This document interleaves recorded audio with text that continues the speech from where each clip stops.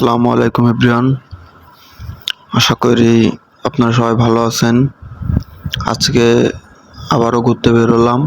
অনেকদিন পর, ঈদের পর আজকে প্রথম বের হলাম। বিকালবেলা আমরা যাচ্ছি নদী দেখতে। চলুন কথা না বাড়িয়ে আমরা আমাদের স্থানের দিকে চলে যাই। ভিডিওটি যদি আপনাদের ভালো লেগে থাকে তবে ভিডিওটি অবশ্যই একটি লাইক করবেন আর চ্যানেলটি সাবস্ক্রাইব করবেন এরকম আরও নতুন নতুন ভিডিও পেতে।